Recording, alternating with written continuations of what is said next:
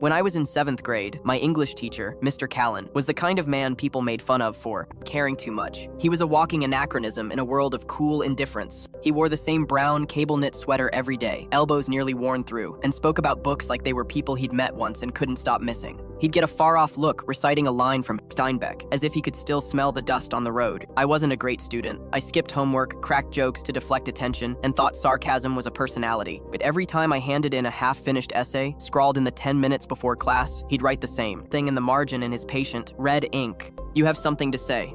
Try again."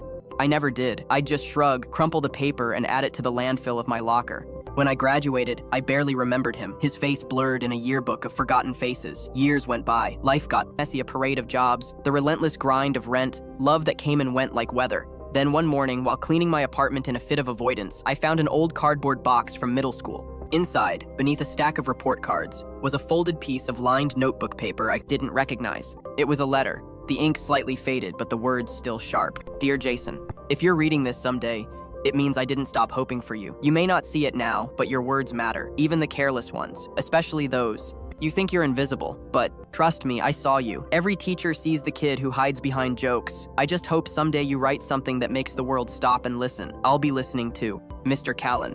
My throat closed up. I must have tucked it into a folder years ago, a seed planted in barren soil and completely forgotten. He'd written this for me, maybe for all the kids who never turned in the final draft, who never believed they could be more than background noise in their own lives. The next day, a strange urgency gripped me. I searched his name online. The first result was a local obituary. He'd passed away 3 years earlier. The online guestbook was full of messages from former students, a chorus of voices writing things like, "You were the first person who made me believe I wasn't dumb, and you saw me when I felt unseen." That night, with the city quiet outside my window, I sat down and wrote, for the first time in years. Not for a paycheck, not for likes or approval, just to say what I never said back, to prove his hope wasn't wasted.